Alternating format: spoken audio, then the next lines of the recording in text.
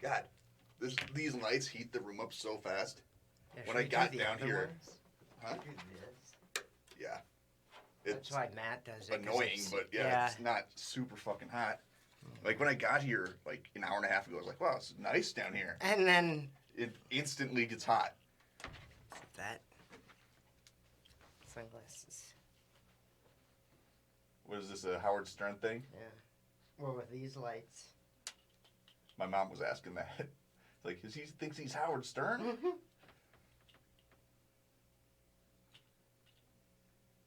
Oh, they're all scratched up. That's what it is. Just think your vision's getting shittier. Damn. Alright, and then profile. Like, my dad has he only slightly needs glasses. So he has, like, prescription sunglasses. But now he's just wearing them all the time. They're just Like, very... they're basically his glasses. Because he doesn't want to get actual glasses. Mm-hmm. Who should we start with? Did you watch the second night? I did. Okay, good. That one was a mess. It was far more interesting than the first one. It was stressing me out. I Why? didn't enjoy it. It was just so... like...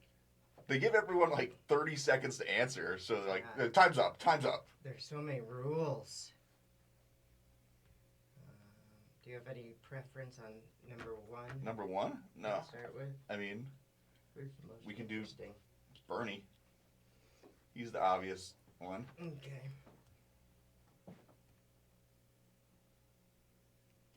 So we'll talk about the candidates and how they stand after the first Sure. debate. Relative changes, stuff like that. Yeah. And then for some of the lesser known ones, we can like profile them more. Alrighty.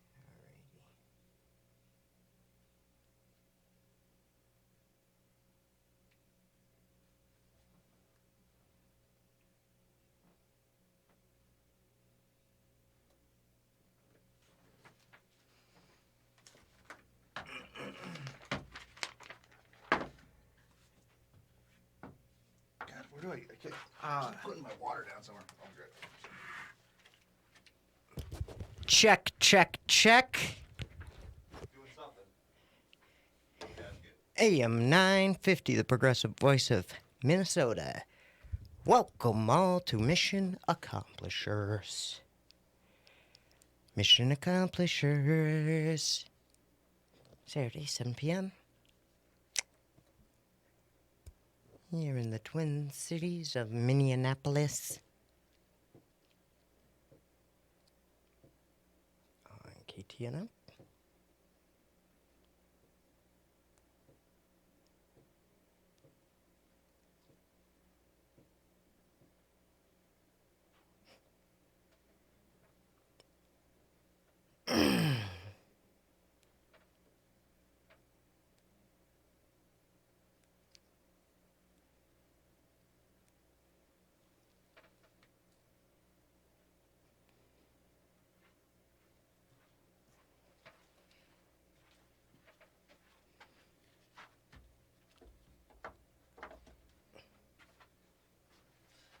Okay. Alrighty. Booty gee. What is that thing Marianne said? I just wonder, like, sister, you are so on. She said something very funny. We'll take a pause and find that stuff. I just need to see it to be motivated.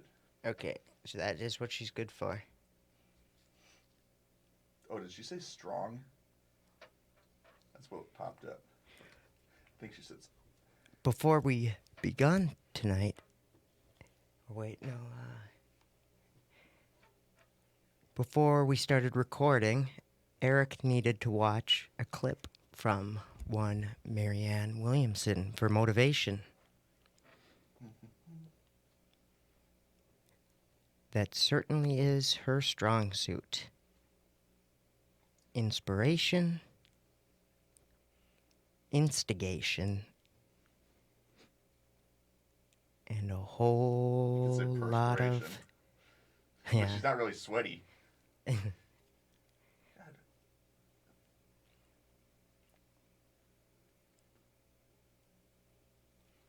Accounting for the summer, the studio is very warm.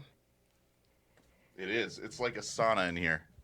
So It's through actually like it's actually like a sauna. You through should feel it. our perspiration, I'm not kidding. It's like a sauna. through our It's so hot in here. perspiration, It's actually like a sauna. through our perspiration, we seek out Marianne But Williamson really, for inspiration, it's like a sauna. and her instigation for finding meaning in life. Motivation. Absolutely. Marianne Williamson. I can't think of the name for her, though, like a Yang Gang. There's got to be Marianne Maniacs. Marianiacs. Marianiacs? The Marianiacs. Zany to the max. So we sit back Okay, and come on, I relax, gotta- laugh and hear your I don't thoughts. have much time. This is part of the show. Animaniacs. I know, but let's actually start. Okay, we can start. I can't find this. Yeah, okay, forget I'm kind about of it. wondering if it even happened. AM 950, the progressive voice of Minnesota. Welcome all to Mission Accomplishers. Mission Accomplishers, hosted by Hunter Haas and Eric Nelson. Hey. Saturday nights at 7 p.m. here in the Minneapolis Twin Cities. And podcasted on the internet, a survivor of Y2K all around the globe. You know what annoys me about Y2K? And we're not going to stay too long on this, but people act like it was a made-up thing. Uh-huh. It's didn't happen because people freaked out about it for so many years.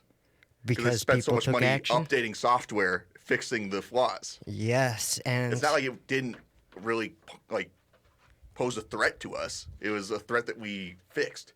but one of those flaws that was able to seep through was this program. Yeah. Unfortunately, we were not destroyed by Skynet. But this week was an important event in the Democratic primary. It was the first debate. I don't And, know if we can necessarily say it was important. Well, I mean, was there any... this was all of the candidates' primary focus up until this point was getting to this debate, having a good Sure. impression. I guess if it's you're an a fringe important- candidate, this is probably the most important aspect of the entire race. Yeah, so the debates definitely are a central focus in the race. So you can't ignore that aspect.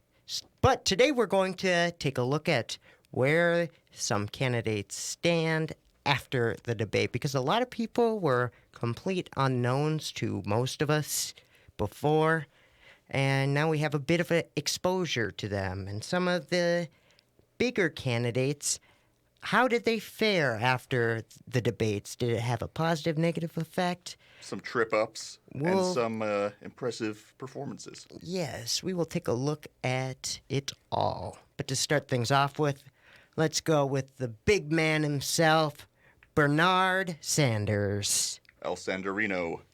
And Bernie, he had been polling pretty consistently in the number 2 spot leading up to the debates.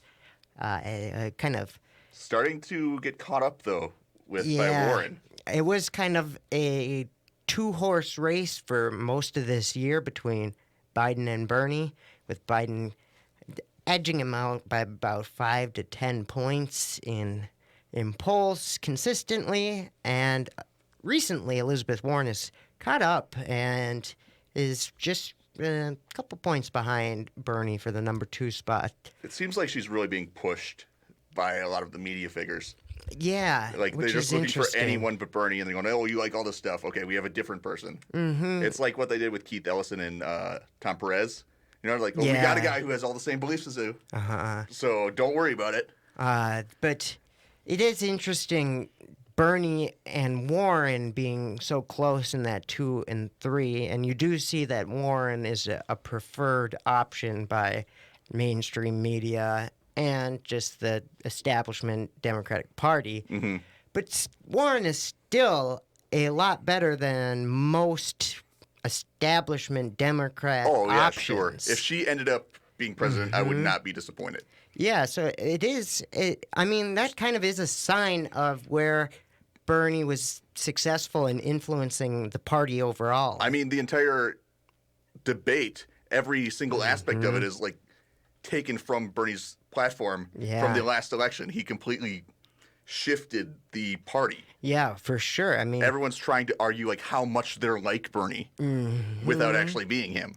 yeah, so his influence has definitely been seen, and I mean, that's a huge victory regardless of what ends up happening ultimately. I mean, because that was his goal 4 years ago, was to influence the party, to draw attention to a platform that wasn't being addressed by the mainstream Democrats.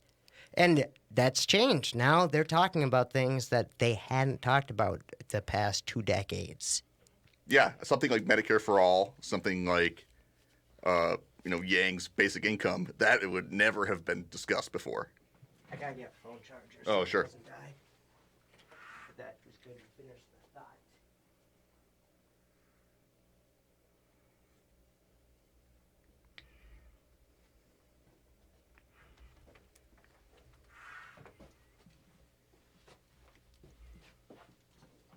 I have so much extra skin on my hand for some reason right now. Just take it right off.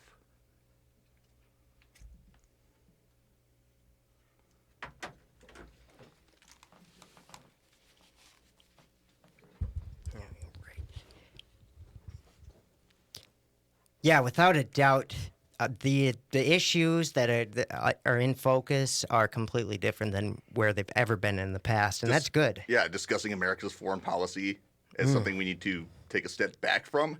Now, that's not a universal argument, but it's the fact that it's even being argued is pretty incredible.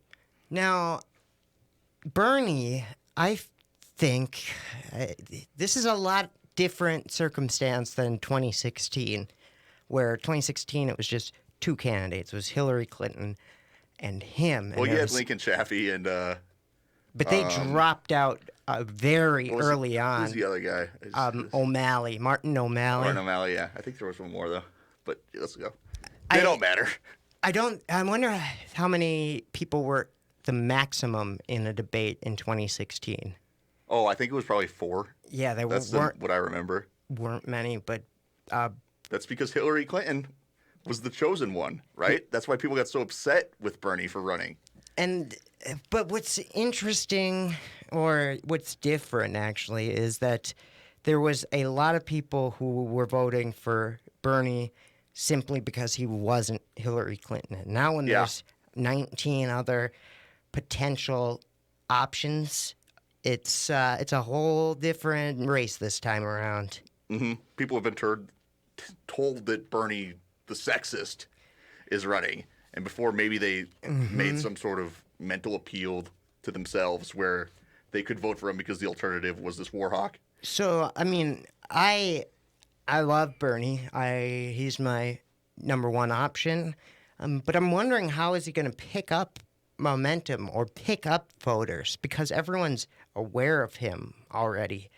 There's not many people that need to find out more. They know where he stands, and he repeats the same argument, which is, I think, exactly what he has to do. Mm-hmm. And it's a fact of he's good at it, but how much ground is there for him to gain? That's what I worry, that I'm not really sure how it's going to come together where he's going to be able to pick up enough momentum to secure this. Maybe as people start dropping out, the path will make sense, but right now I'm not sure. See, I see it only as the election to lose for the other people. Everyone has these big skeletons in their closet, you know? Yeah. It was highlighted during debate.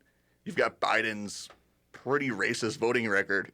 You've got Kamala Harris previously being a cop. You've got Buttigieg, who's basically running an extremely racist police department over in his town. I think he was pulling it like 0 for African Americans before this. I don't know if you can pull in negative numbers. I didn't know that. But yeah, so I guess it's going to have to come down to when the field starts narrowing for me to understand how Bernie can pull it off. Because, I mean, he's close. Like, he's remaining strong in that top spot. And fundraising, I mean, he's blowing everyone else out of the water. And that's usually the thing that people say is the most important. Like the establishment, people in the party, the media. Fundraising money usually was the most important thing that a candidate could do, but when it's him, they don't seem to care. Well, because they like those big money donors. They don't see $30 donations as valid or something. Yeah, so he's got $20 million right now, and that all comes from donations less than $200. I mean, virtually all. And the next closest, though, Elizabeth Warren, she's got $16 million. I think Elizabeth Warren is Bernie's biggest threat in this election.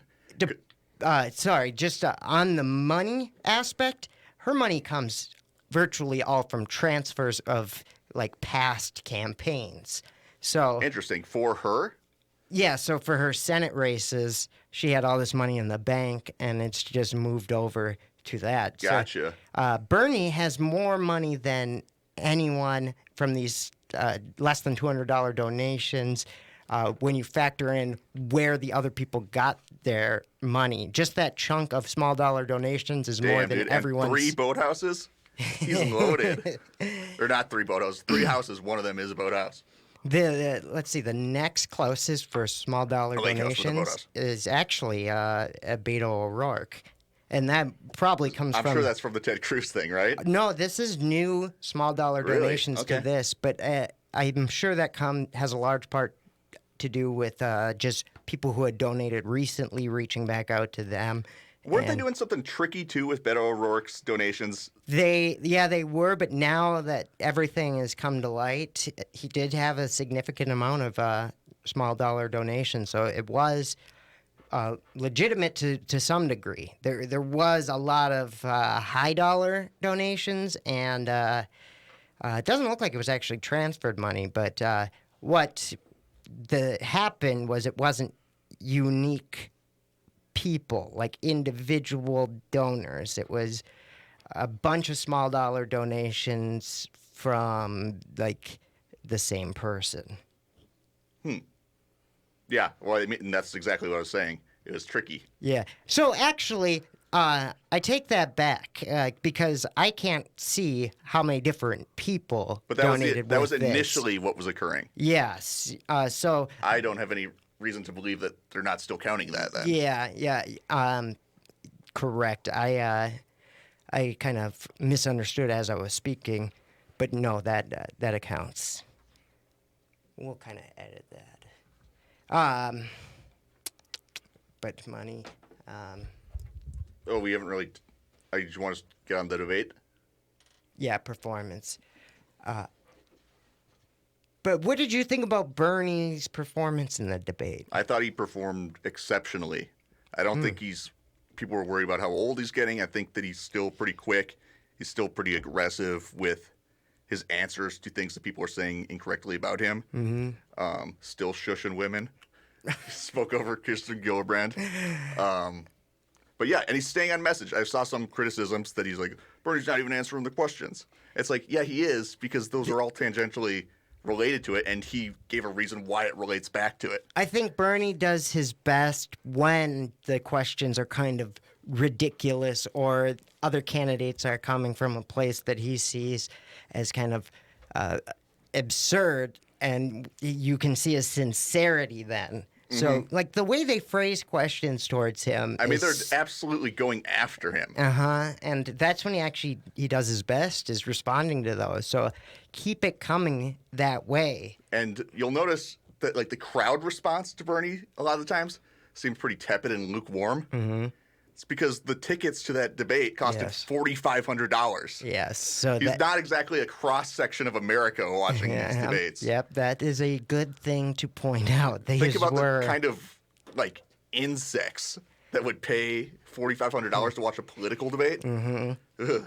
Yeah, it was either people that paid hundreds to thousands of dollars for a ticket or guests of the candidate. Why are they running debates like a profit? Well, Driven enterprise. That's how they're going to do it. I know, but they should have some sort of. This is the DNC. Why can't the DNC put forward some sort of event that isn't sponsored by a major media company? Yeah, well, because, I mean, a political party's in the business of making money. I guess. Yeah, I don't think that they're going to escape that. Because, yes, that's what happens is the media company determines how they're going to go about it, and they want to make money. But there's no reason why the DNC can't host their own and say, you know what, NBC, we're not going to do it. Mm-hmm. And I think that if the voters put pressure on the party, we would see a change. Yeah, I don't know if there's a demand for that. I didn't like the format. I didn't like the 5 moderators. That was it was weird frustrating. how they switched halfway through.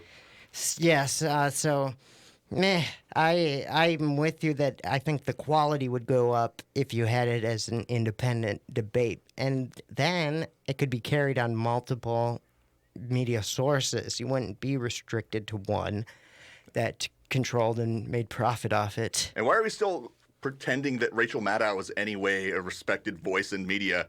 She's like the left wing's Alex Jones.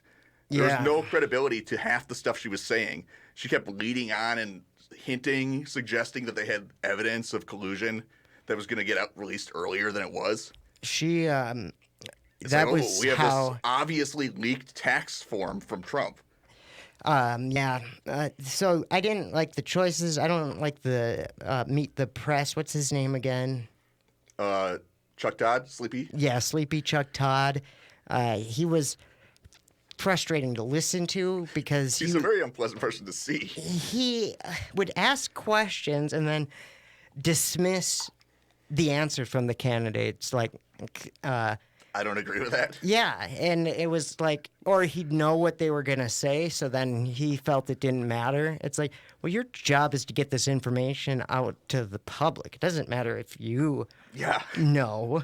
So I didn't like his approach at all. You could hold your own debate, Chuck Todd. Debate Chuck Todd. That'd be a good. I would watch that actually. They should have one guy who debates each candidate. So, not a big fan of the way they went about the debate. I was complaining about having all the candidates there, but I guess I kind of have changed my mind that it was good to have the lower tier candidates on stage with the higher tier, just to hear them out. It was annoying when they would give a lot of questions to certain people. You know what? Like, it seemed like Andrew Yang got barely any questions. Yeah, I don't know if it was also because he wasn't cutting in to answer as a rebuttal to other questions. Yeah.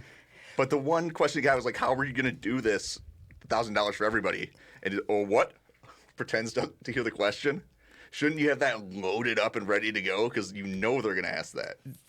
But I actually feel that was a sincere like he couldn't understand based on the production of the debate and the audio, because we saw that there was production problems, and just observing, I felt that happened to a couple people where they weren't clear what was being asked of them because of a technical problem.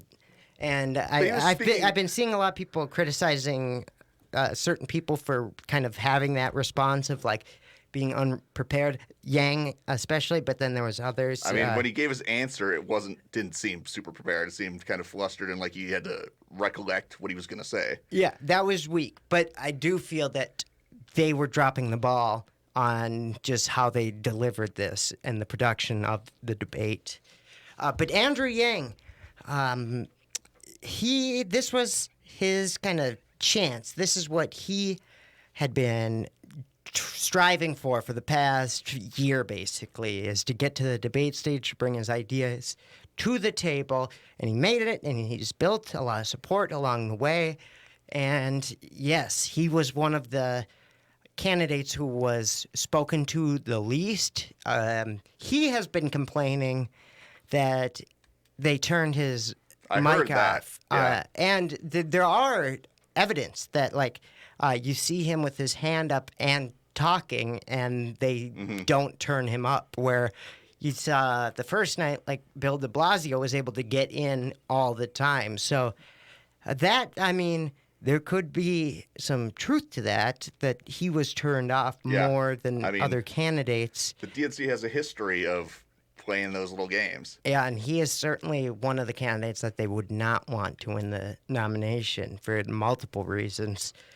But I, He's kind of a meme candidate, but I don't think that he lived up to expectations even when he did get a chance to answer the questions. I don't think people are clear that of his plan of wanting to give everyone definitely $1,000 a month, and that's a shame. I feel, though, that he'll be able to get that across, because as these debates continue and they start raising the bar, it seems like he is going to be able to make it to You the think? next couple. Yes, I do. I think a lot of the wind has been taken out of his sails. I think that he actually is set up pretty strongly to be able to qualify in terms of. I don't know necessarily what the qualifications are for the next debate. It's going to be, again, Is it just as donations, lax? and no, they start getting more. Okay. So they will start dwindling the amount of people that they allow into these, and I do feel that he'll make it for a while at least. And I don't see that happening, but if you look at the numbers, he is. okay. Maybe I don't know what the qualifications are to get to the next debate. I don't see him making a major improvement in his standings with average person. With individual donations, like from. No, just his public support. No, I'm just saying individual donations. He is in second behind Bernie for having the most people donate to his campaign, and I believe that. that is that's going to keep him in this for a long time, because that's always going to be one of the qualifications. A thing to point out is that a lot of these candidates, that are kind of at that lower tier, the most important thing for them is not necessarily to get a big boost in poll numbers, but is to just hang in there to be able to make it to the next debate, and then the one after you don't want that. to be the ones dropping off. So it's. But at the same time, I feel like your ultimate, like Andrew Yang, I don't think he says he has expectations of winning the presidency, because everyone has to say that. You don't want to say, oh, I don't really want to win, because no one's going to support you. But at the same time, like, you obviously know that his main focus is just to present the idea of basic income to America. Yeah. And I don't think that he succeeded in this debate. He didn't at this first debate, and that is a shame. His performance overall kind of weak. I would say it's very weak. Yeah. I think that, like, everything I read was people pretty much embarrassed by his performance that were supporters of him. I'm trying to think of some of the, because I didn't feel like it was just a complete disaster. There were some moments. I mean, he didn't, like, fall over and slip on a banana peel, but in terms of, like, he didn't succeed at all. Yeah, and that's a bad sign if I can't have it at the tip of my tongue, that because I do remember there were some moments, but I can't recall them. So that shows how his performance was. Especially at this stage, you need to stand out in some way. Where I think the other meme candidate did a hell of a job. Marianne Williamson. Yes. No one was talking about her before. Now everyone is. But there is a lot of negative talk about her. But Sure, I guess, but so did Trump. Yeah. Trump had that too. There's no such thing as bad publicity. But Marianne Williamson is who I had been saying will be the next dark horse to rise to prominence in this race. What did you... I think that she killed it. I think that she stuck to her message. She stayed true to herself. And I am more of a policy-driven person, but her argument for just being a big idea person, it was sincere, and it was, I can't really disagree with it. And I completely agree with what she was getting at with we don't need a plan. And that's the main criticism everyone has for her, is how she phrased it, that sure, you can have all these plans Yeah, in she's not place. saying we're not going to plan stuff. It's just saying a plan during your election run is not ever going to be implemented in the way that you plan it. And so that's been what I've been hearing, a ton of cheap shots. But I think that there's some solid truth to what she was getting at there, that it's an easy thing to pick at and make fun of and dismiss, like the late night talk shows are. But I think that she has got her finger on the pulse of the problems of the country and how we need to change the way that we approach and the seriousness of the changes occurring right now. Like we're in a whole different ballgame than we've ever been in the past. So Yeah, obviously conventional wisdom, you can throw that out the window. every next election cycle is a different beast altogether. But this one, the disparity between this election and the elections before it, seems far greater than the disparity between previous election cycles. Yeah, I am a Marianne Williamson fan. And one more thing to say about Marianne that I really liked. She didn't just throw out these big ideas without any context behind them. She always gave some sort of reference to the structure that causes the problems and the ideas she has to fix them. Like, she got some heat for saying, oh, we don't have a healthcare system's great, but we have to look at the root of the causes.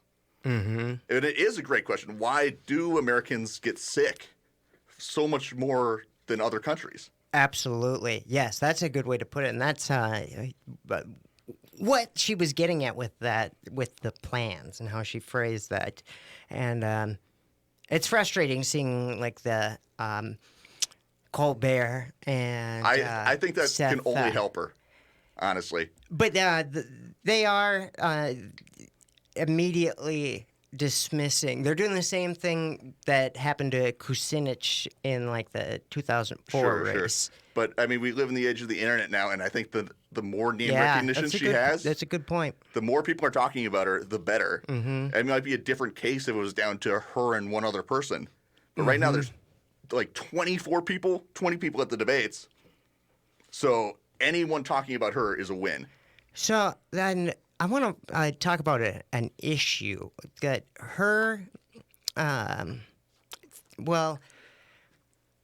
issue that candidates are using to gain traction and support that I feel is mostly insincere by all of the candidates besides her, and that would be reparations.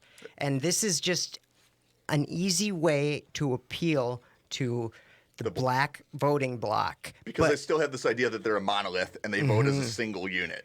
And the thing is you can say you're for that, but it doesn't really mean anything because you have no way of accomplishing that. We're so far away. There has been a congressperson who for the past 20 years has been introducing a bill to just study what it would take to give reparations and how much it would cost and how you would go about it. And he has never even received a vote on the House floor for this. So we're so far from that being an actual legitimate policy to put into place that if you are selling it like you're going to put something forward on it, you're being completely insincere. Yeah, it seems very dishonest.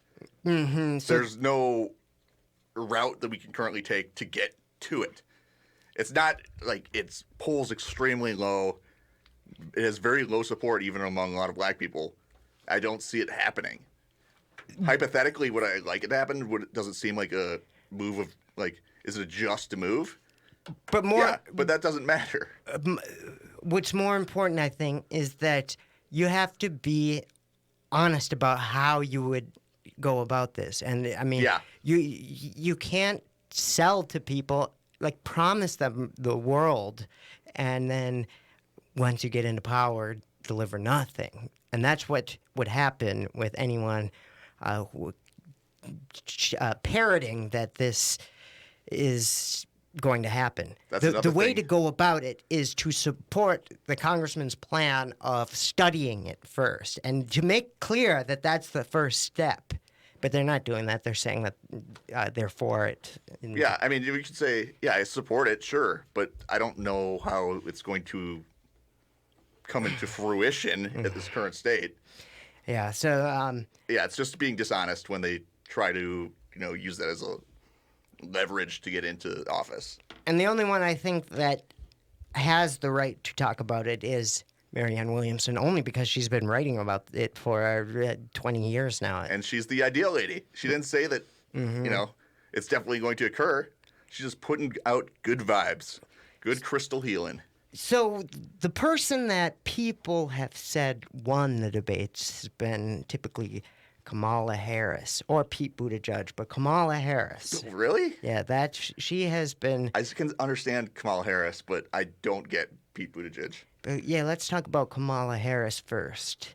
I think the most memorable for me moment she had was the calling out Joe Biden, Oh, absolutely. and that's Actually why I think she did well. a just net good. That was a positive thing to do, and she delivered it well. And it's good that Bernie didn't have to do it. Because honestly, I thought that she was running for the vice president position under Biden. Oh, That was kind of like my conception of and then where that it was kind of going. throws off that possibility. And she can bother me with her sincerity because she's one that puts forward reparations. She's one who on that morning show, what is it? The hip hop morning show. Oh, Sway 45? No. Not Sway 45. The Breakfast Club. Breakfast Club. You should know that as a broadcaster. I know. Charlemagne is the last great voice on radio. Well, I did watch like 5 of their candidates' shows, and hers, when she brought up that she smoked weed to Tupac and Biggie in college. Oh, and yeah, I it's like, forgot about that. they weren't making music when you were in college. So her pandering really bothers me, and I see her as someone who picks up trendy positions rather than having any sort of I mean, yeah. like inner drive and passion for them. Unless your name is like Inslee or Sanders, you've completely adopted all the positions you have on this election in the last 8 years. Well, I wouldn't say that it's limited to just them, but of like the senators in the race, I'd say that's true. Like of Cory Booker, Kamala Harris, Gillibrand. Well, Buttigieg hasn't said what he's for in general. I know, but he like gestures towards the things that are And popular. he's only been a mayor, so his record is trickier to like analyze. But of the big name politicians, most have changed what they like have been fighting for their entire career for this election and leading up to it. Yeah, I think Elizabeth Warren is sincere, but she was a Republican up until, when was it, like 1992? Yeah, it was in She was a Reagan Republican. Yeah, that though does make sense to me because there was a time where there were factions in the Republican Party that were more moderate and that Even when 80s, it was 90s, still like proposing things like they were still trying to end abortion. They were still opposing civil rights. They're still opposing like integration. yes, but I mean, like if you look at the two parties at the beginning of the Yeah, 20th it was not as century like an evil party as it to was. the civil rights era, there was it was not as partisan as it is now. Like today's political parties are split by ideology, and there is no inner like Mingling. yeah. But in the past, there was factions, and like there was basically sure. 4 parties. There was 2 parties and there was 2 factions within it.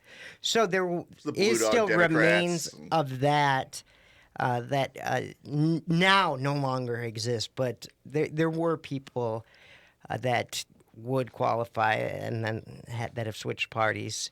And her timing on that does kind of add up in my mind.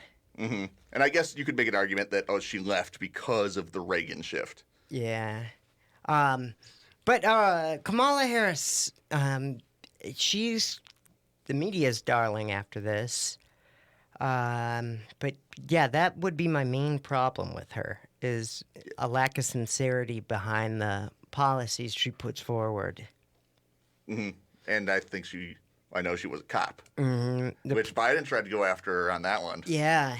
Yeah, I feel people will start bringing that up and bringing that to light. Biden did not see that happening either. He seemed very surprised. Yeah. Like, he maybe expected that line of attacks on him, but not by her. Yeah.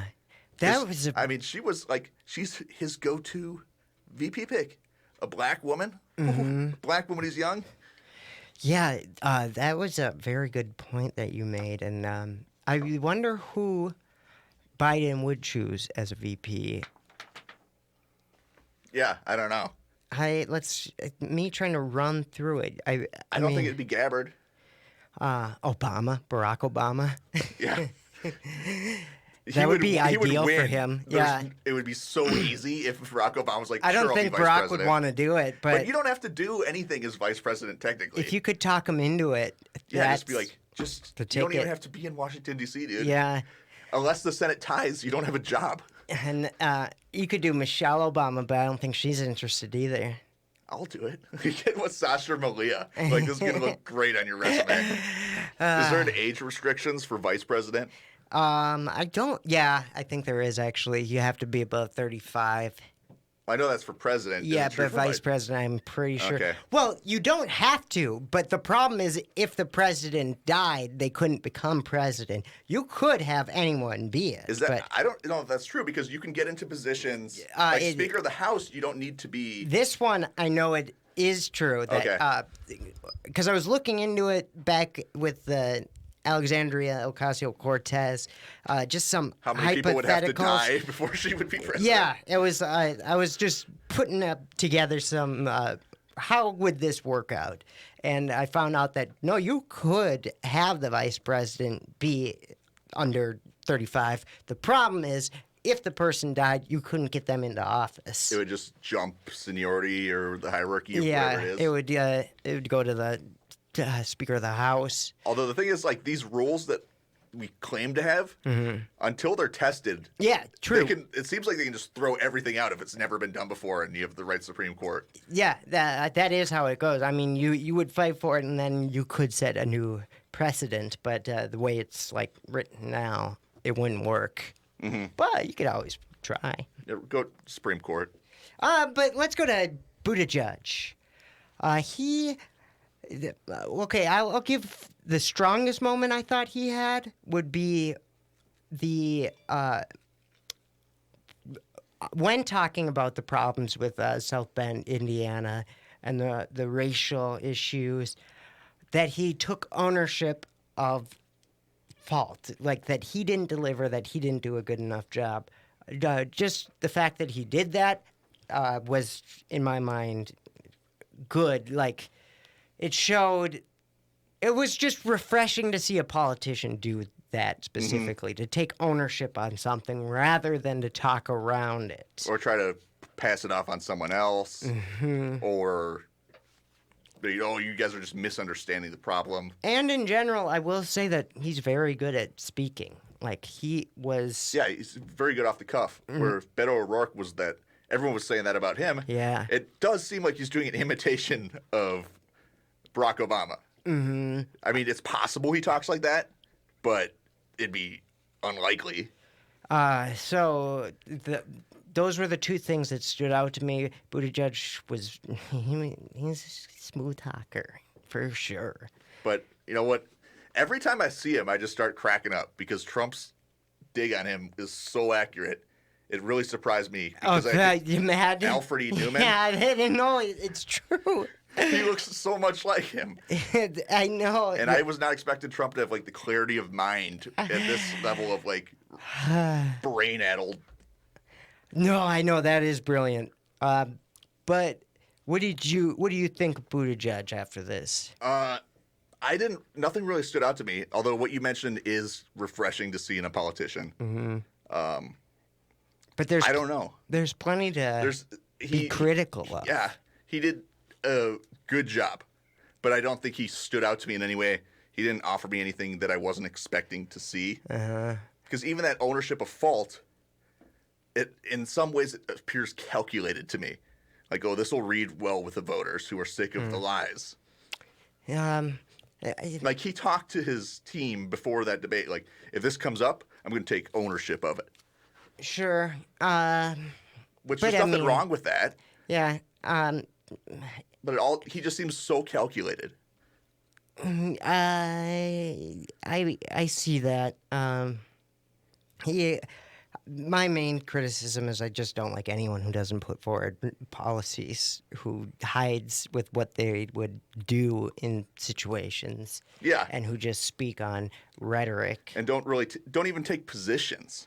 It's fine to like not offer specific policies, but if you're not willing to say if you're for or against Medicare for all, things like that, without giving like a concrete position, then I don't know what I'm voting for. And this, I want to bring this up, even though to me it's irrelevant for why you would choose someone. But if he is the nominee, what Republicans are going to do is just flood the TV with him kissing at gay pride rallies. Yeah, his husband, and just use that to try and disgust people from voting. It'd be interesting because I think that's kind of, at least in Minnesota and like more of the northern states, it seems like a losing strategy at this point. Because even the conservative people I know are like, oh yeah, well, gay people, they're fine. But just speaking on how do I want to phrase this actually? Hold on.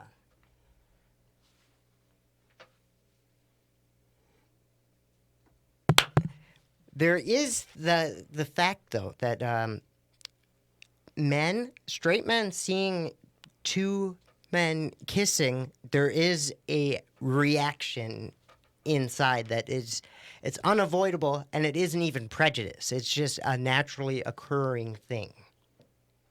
I don't know. I mean, I think that once you get accustomed to it to a certain degree, I don't really want to see anyone kissing, to be honest. It's kind of gross. Yeah. If you're not, like, in some way, like, you know, people you love seeing them kiss, like, ugh, do that away from me. Yeah, I know. And then it's a thing that it's like I don't want to address, but it's worth not ignoring that there is something that even people who don't have any prejudice this seems like in them. A crazy, like position. Are you worried they're going to run with that attack? No, I'm not. Because I think it'll backfire. I'm pointing out that it's going to happen if he's the nominee. And Republicans are going to throw out every sort of dirty little trick. I don't think it'll be effective in any way. No, and that was why I started with it's irrelevant, but just think about this.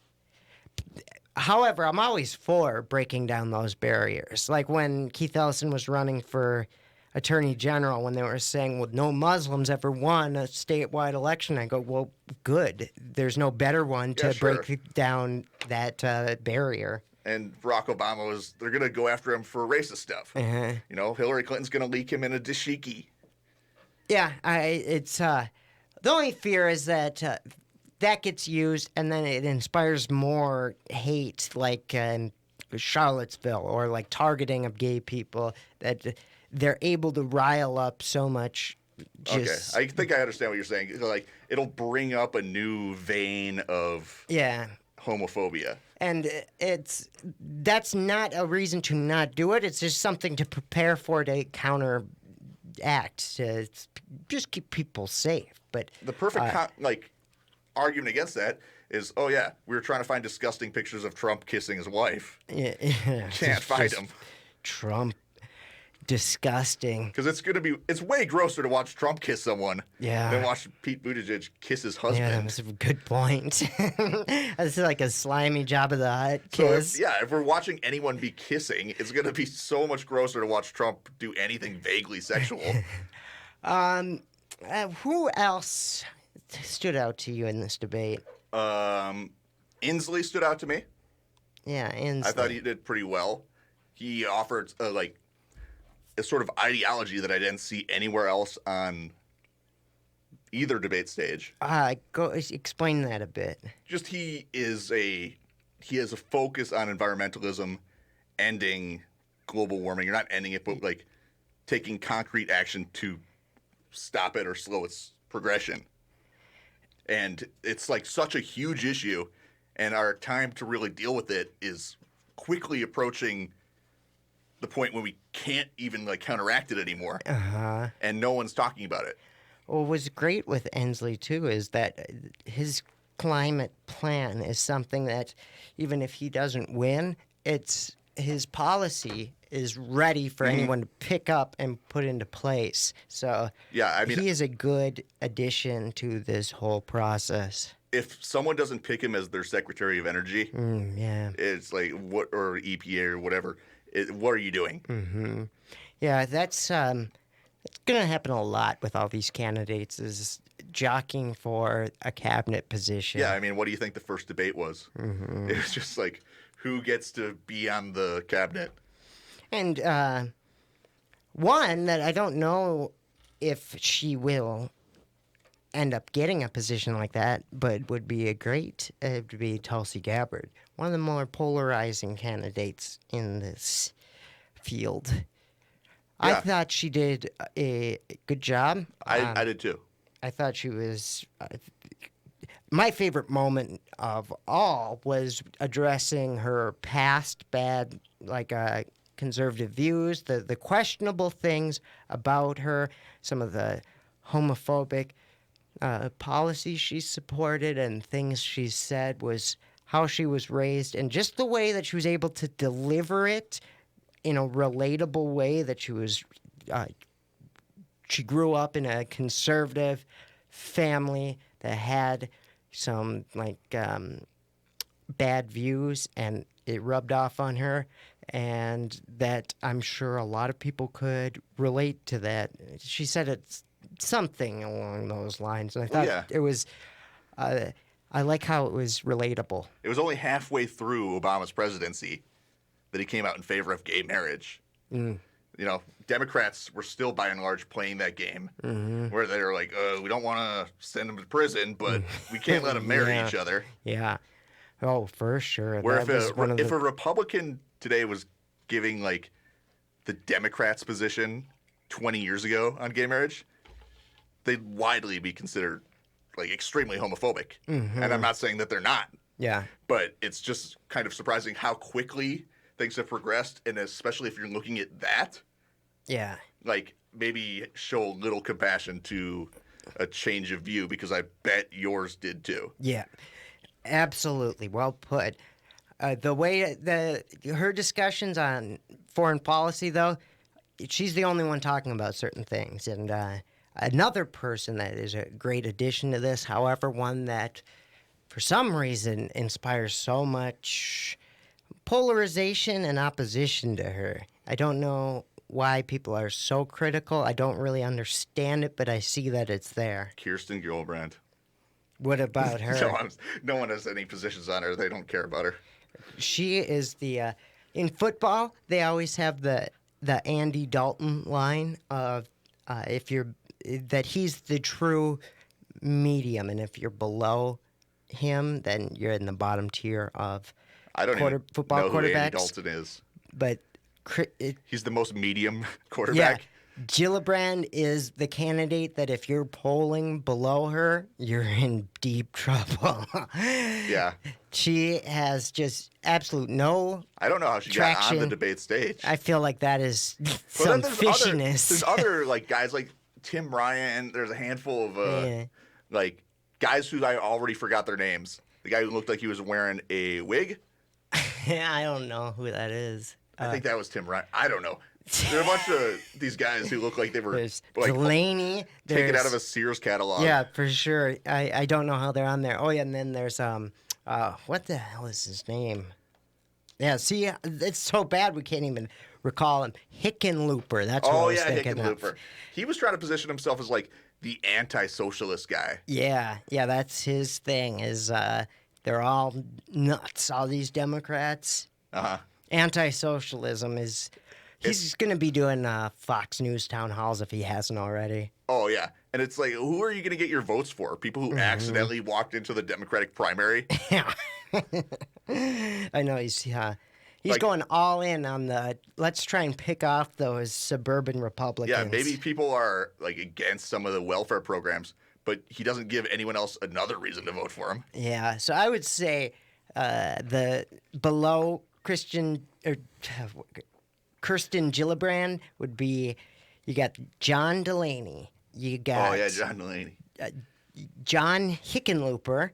You got Tim Ryan. You got Eric Swalwell. Eric Swalwell. Swalwell. Eric Swalwell. Swallowwell. I But think is how you pronounce those it.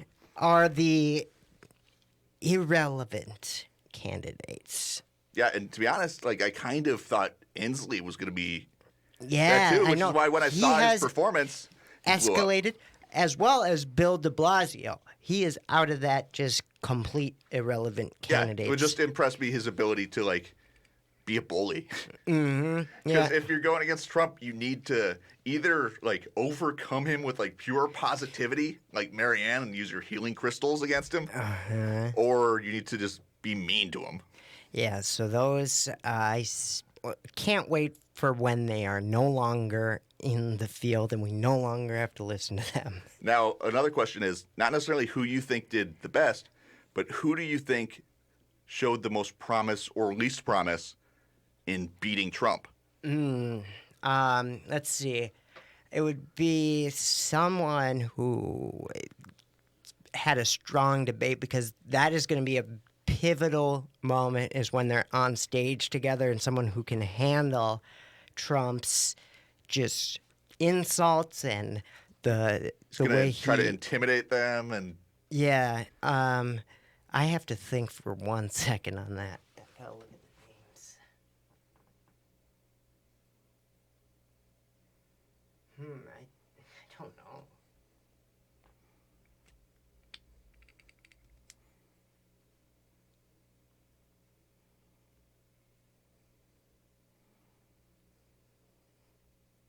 I'm gonna answer that way. I mean, I can answer first.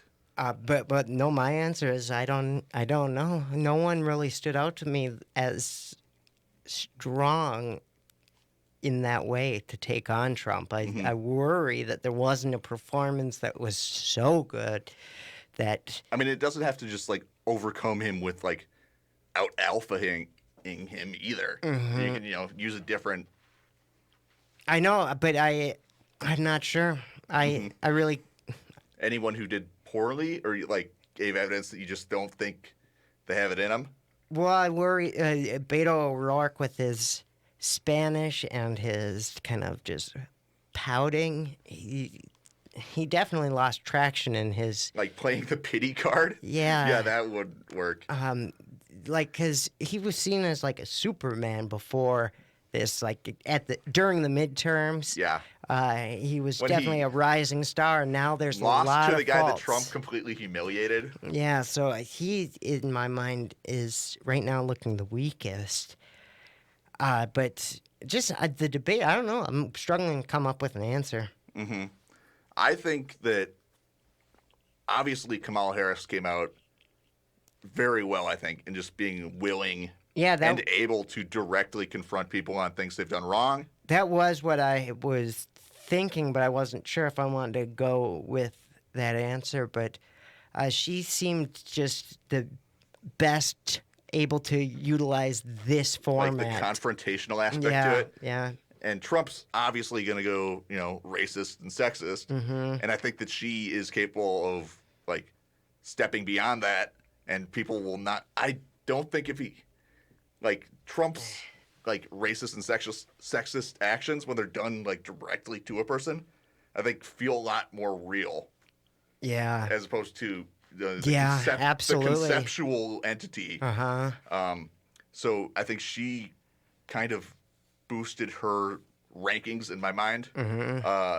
And Bernie, just because he like can't be shook, he always stayed on message, even when it was like obviously like even the moderators were trying Yeah, to trip him up. I just didn't feel like it was the best Bernie performance. It wasn't the best Bernie performance, based but off that, I can't give it to him right he's there. like the Energizer Bunny. He just keeps going and going and going.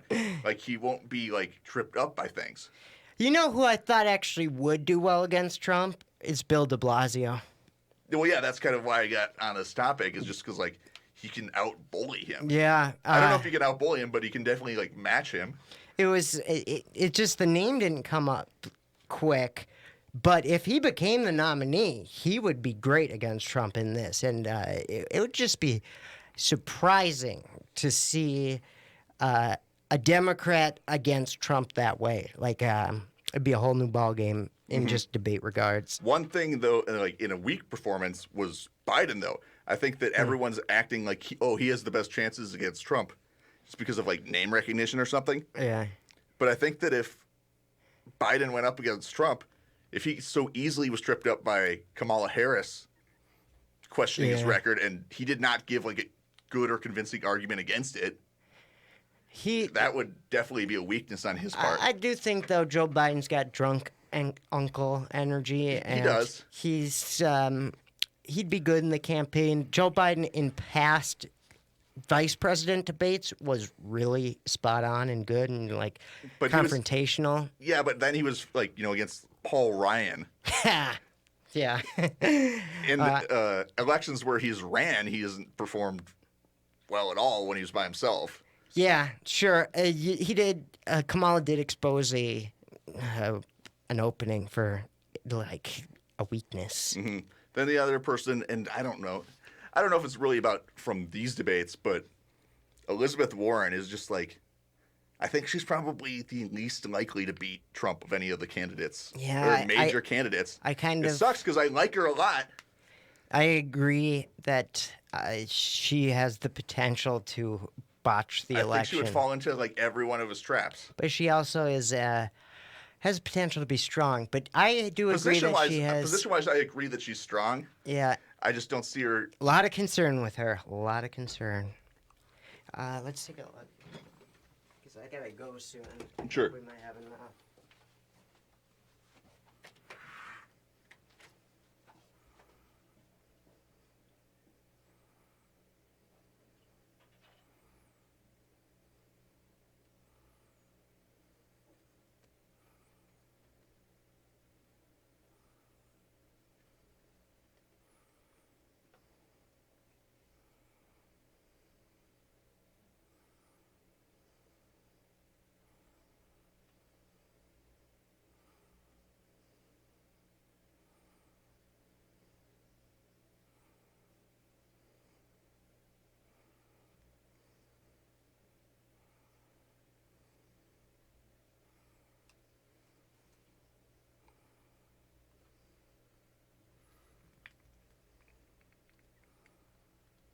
I think we're good. All right.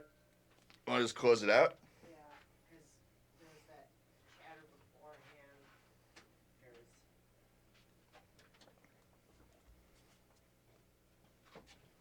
Because it is like a sauna in here. Yeah. I'm serious. It is. Oh wait, I'm not recording.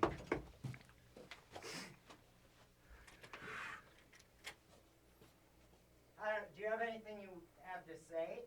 I can't really think of anything. Then I'm just gonna go. Just do it right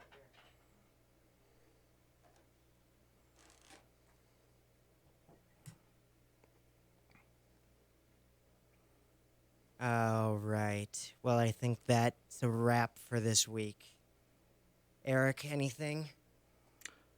I don't know. Going into the next debates, I'd like to see more questions relating to our like foreign policy, military actions against South America, Yemen, but I don't know. I thought the debates were fine. No one completely embarrassed themselves. No one was a shining beacon of greatness. For the next debate, I really hope we see Mike Gravel get on the stage and ask, why haven't we prosecuted the Bush administration for war crimes? Gravel's coming for you bastards.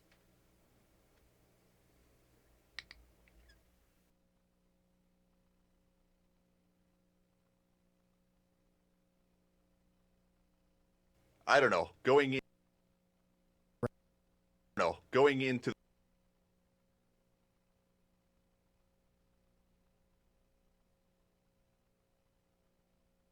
A lot of concern. the next debate was a shining beacon of greatness. For the next debate, I really hope we see Mike Gravel get on the stage and ask, why haven't we prosecuted the Bush administration for war crimes? Gravel's coming for you bastards.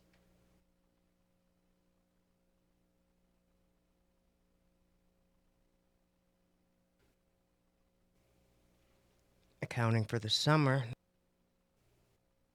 studio is very warm. It's like a sauna. NEX. There's ain't neat to the Mission accomplishers. AM 950. The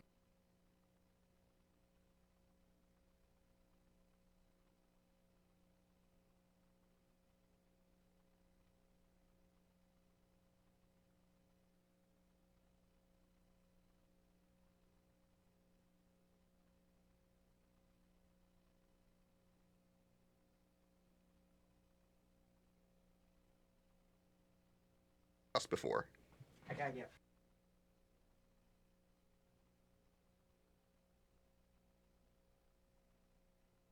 Before. Yeah, without a doubt, the issues that are in focus.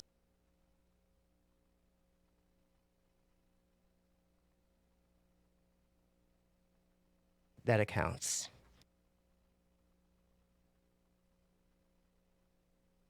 That accounts. But what did you think about Bernie's performance?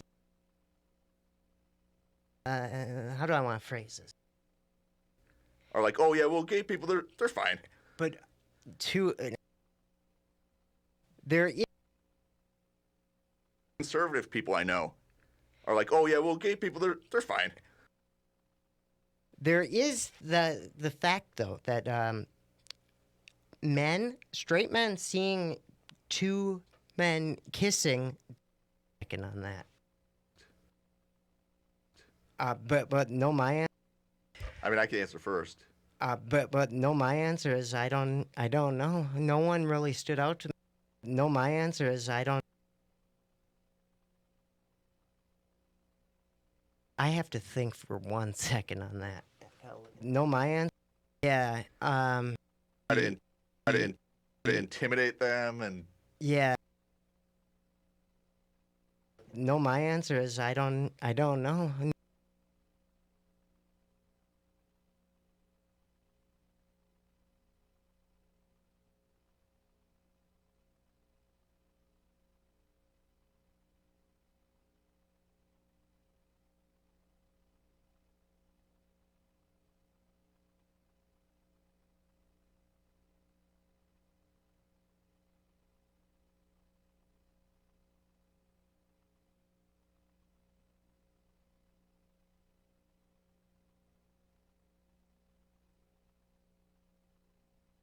Globalization, fear is a weapon of mass destruction. My